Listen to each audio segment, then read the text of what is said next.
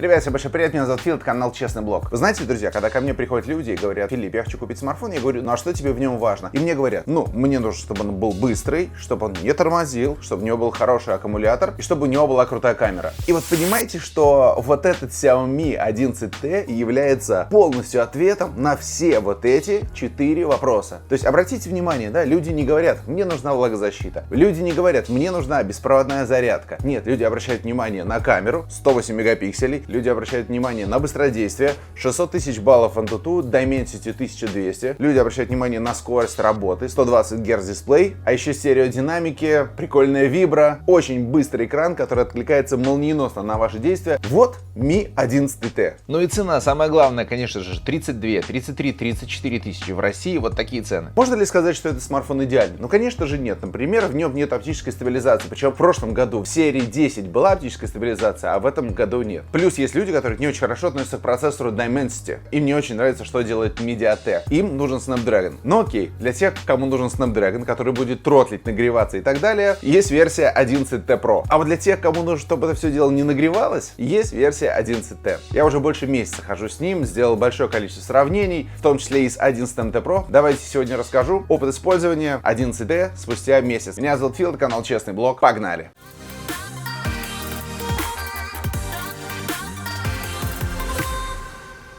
Кстати, если вы хотите приобрести 11T, 11T Pro, может быть Pixel 6 Pro или другие смартфоны, я вас отправляю к своим друзьям до компании Цифрус. Они находятся в Москве, я внизу оставляю ссылку, переходите, посмотрите. У них классные цены, доставка по всей России. И, кстати, если именно по этой ссылке перейдете, вам будет подарок, так что welcome. По сути, когда вот я сегодня начинал этот ролик, я вам рассказал все основные моменты, которые нужны людям. Камера, быстродействие, аккумулятор. Тогда что же нас отделяет от того, чтобы бежать и прямо сейчас покупать 11T? Ну, здесь все очень просто. Нужно обратить внимание на то, что это, в принципе, достаточно крупный смартфон. То есть, да, он неплохо лежит в руке, но это все-таки 6,67 дюймов. Спереди стекло защищено самым последним Corning Gorilla Glass Victus. Сзади у нас тоже стекло, и оно такое матовое, очень прикольное. Весит смартфон 203 грамма, я бы сказал, что это нормально, и толщина 8,8 мм. Кнопка питания находится сбоку. В ней встроен сканер отпечатка пальцев, работает молниеносно. Также разблокировка по лицу работает молниеносно. Не самые маленькие рамки, но меня, честно говоря, они вообще не напрягают. И я бы вообще хотел спросить у вас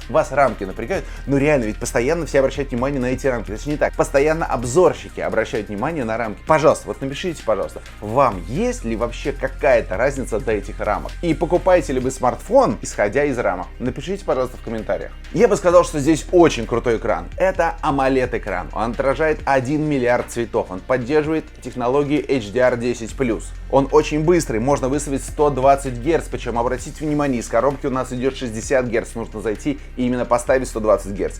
Тут также есть DC-димминг, то есть если у вас болят глаза от AMOLED экранов, если они для вас очень яркие или еще какие-то, заходите сюда в настройки экрана и здесь устранение мерцания, нажимаете и все. Единственный момент, который здесь есть, как только вы нажмете устранить мерцание, у вас экран переключится на 60 Гц. Ну, не сказать, что это сильно плохо, не сказать, что это сильно хорошо. Особенно исходя из того, что часть людей не видит разницу между 60 и 120. Хотя, мне кажется, сейчас уже видят. Я не знаю, вы вот видите или нет. Невероятное ощущение от легкости в работе с этим смартфоном. Знаете, от чего появляются? Потому что здесь экран 480 раз считывает, нажали вы на него или нет. Это очень быстрый режим отклика. Это очень хорошо для геймеров, и это безумно круто, когда ты пользуешься этим смартфоном. Вот и только вы нажал, и он уже сработал. Это действительно невероятные ощущения, которые лежат вот здесь, на кончиках пальцев. То есть их совершенно не объяснить словами. Я вам тут могу очень долго говорить, вот шустро, офигенно и так далее. Это надо именно попробовать. 480 Гц отклик экрана. Яркость в обычном режиме 500 нит, 800 на солнце. С этим проблем никаких не будет. По углам преломления я бы сказал, что немного уходят такие серые тона, когда мы смотрим вот практически сбоку. Но я вот так сбоку на смартфон не смотрю, поэтому мне в целом какая разница. Ну и диагональ 6,67 дюймов. Это практически такой микропланшет, но все еще телефон. Кстати, о планшетах. Вы же знаете, что сейчас на Алиэкспрессе проходит распродажа. И если вы давно хотели купить прикольный планшет по хорошей цене, смотрите, есть фирма Blackview. Часть людей они не знают, часть людей они знают, часть людей пользуются этой фирмой. Это китайцы. Так вот сейчас, во время скидок, этот планшет можно купить не за 20 тысяч и выше, а можно купить за 14 тысяч рублей. Большой 10-дюймовый Blackview 11. 8 гигабайт памяти и 128 встроенный. 440 грамм. Это очень хороший вес по сравнению с конкурентами. Достаточно тонкий 13-мегапиксельная камера. А по производительности процессор процессор выдает 250 тысяч баллов в Antutu. Это Unisoc 618. Если ничего не знаете про этот процессор, погуглите. Нормальный. Экран разрешением 1200 на 2000 пикселей и 6580 мАч аккумулятор. Соответственно, долго вы будете с ним существовать, смотреть киношки, мультики, работать и так далее. Но и помимо Wi-Fi в этом планшете есть еще и место для сим-карты. Короче, вот покупать его за 20 тысяч не знаю, но за 14 тысяч это точно очень хороший вариант. Я внизу оставляю ссылочку, переходите, посмотрите. Распродажа идет несколько дней. И если сегодня его заказать, а сегодня у нас 6 декабря, то AliExpress мне пишет, что он прилетит ко мне 14 декабря. То есть без проблем себе или своему ребенку вы можете организовать подарок на Новый год. Короче, распродажа идет несколько дней. Я внизу оставляю все ссылочки, переходите, смотрите. Ну а сейчас давайте вернемся к нашему 11T. Ну а производительность этого смартфона практически топовая. То есть здесь 600 тысяч баллов Antutu. То есть смотрите, какая ситуация, чтобы вы понимали. На рынке есть процессор Snapdragon 888. Это самый топовый процессор. Он выдает 800 тысяч баллов Antutu,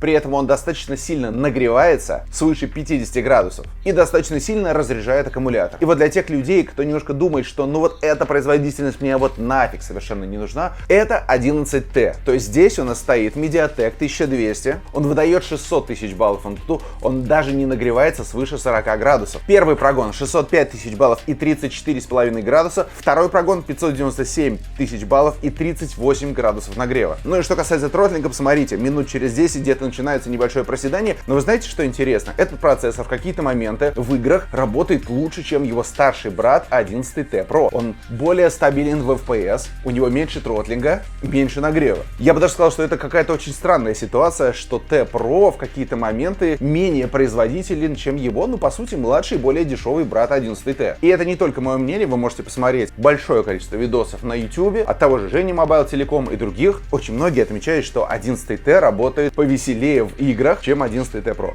Ну а в жизни вы вообще никогда не заметите разницу между 800 тысяч баллов и 600 тысяч баллов, потому что обе эти величины очень-очень быстрые. Ну и с учетом того, что здесь 120 Гц экран и 480 Гц откликов, и он работает невероятно быстро, невероятно плавно, поэтому к производительности нету вообще никаких вопросов. Ну и самое главное, этот процессор не убивает аккумулятор. Потому что я, конечно же, ходил с этим телефоном, вот что у меня получается. Весь день телефон работал, 17 часов, из них 6 часов 36 минут экран. Или вот еще вариант, 17 часов 31 минуту работал телефон и 6 часов 10 минут экрана. Обычно флагманы в 2021 выдают 4-5 часов работы экрана, а здесь 6 с лишним. Ну понимаете, да, как все по-царски. Ну и так как зарядка здесь на 67 Вт, то вы просто за 41 минуту будете заряжать от 0 до сотни. Ну окей, за 50 минут. Это очень-очень быстро. Просто положили телефон, пошли помыться на 15 минут, возвращайтесь, у вас уже плюс 50% заряда. Супер быстро и супер круто. За первые 30 минут более 80% заряда прилетает. Ну а сам аккумулятор здесь большой, на 5000 мАч. Ну и всю эту красоту сопровождают стереодинамики, которые нормально работают. Один находится снизу, второй находится сверху. Звук идет в бок и как будто бы вас немножко обволакивает. Очень прикольно. К стерео здесь вопросов вообще никаких нету. Что касается операционки, мне нравится. MIUI 12.5.8 прямо сейчас стоит здесь. Я думаю, что совсем скоро сюда прилетит и 12 Android, и 13 MIUI. Ну, наверное, это уже будет 2022 год. Вопросов к MIUI у меня нету. Работает плавно, полностью кастомизируемо. Хотите второе пространство, хотите дублирование приложений, хотите темную тему, хотите выключить анимацию, все что угодно здесь можно. Можно также делать записи разговоров, что кому-то очень важно. Так что MIUI, в моем представлении, это круто. А еще поддержка Wi-Fi 6 поколения, Bluetooth версии 5.2, есть поддержка высококачественных кодеков aptX HD, здесь нет 3,5 мм джека, есть NFC, есть инфракрасный порт, снизу USB Type-C версии 2.0, не самая быстрая. Есть версия на 8128, есть версия на 8256, карточку памяти здесь использовать нельзя, можно использовать 2 сим-карты. Ну вот я говорю, здесь прямо все, что нужно человеку. Влагозащита особенно не нужна, поэтому ее здесь нет, беспроводных зарядок здесь тоже нету, а в остальном все присутствует.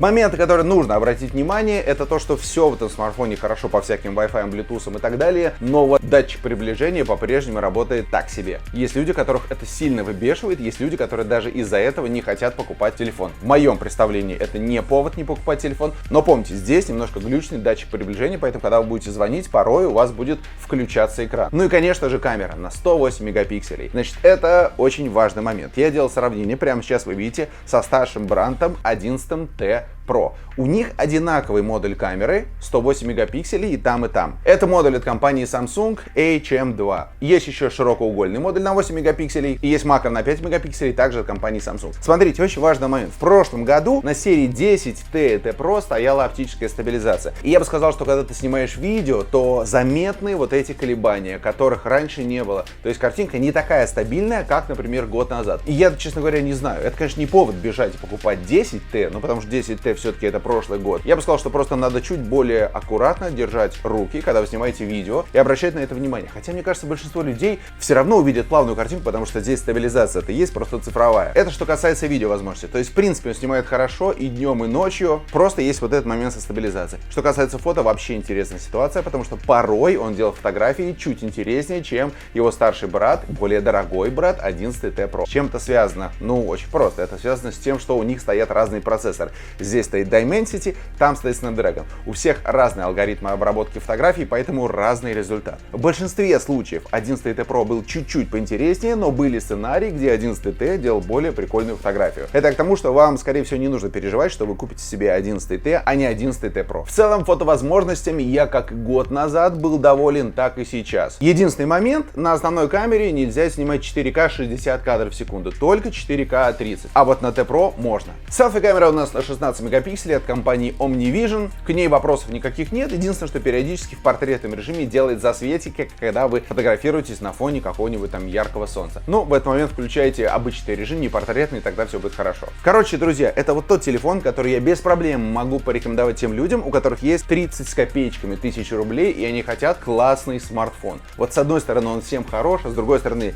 в нем нету тех плюшек, которые его отличают от флагманов. Да, я уже говорил, влагозащита, беспроводная зарядка и еще какие-то мелочи. Ну, если вам кажется, что я слишком облизал этот смартфон, окей, посмотрите видосы на других YouTube-каналах, посмотрите какие-нибудь критические взгляды на этот телефон и сделайте свой выбор. Еще раз скажу, что если вы посмотрите разные видосы и все-таки решите приобретать, используйте именно эту ссылку, потому что вам будет подарок при покупке смартфона. В общем, на этом все. Большое спасибо за то, что посмотрели это видео. Подписывайтесь на канал, здесь я рассказываю правду о гаджетах, которым пользуюсь. Меня зовут Фил, это Честный блог. Не болейте, счастливы, пока.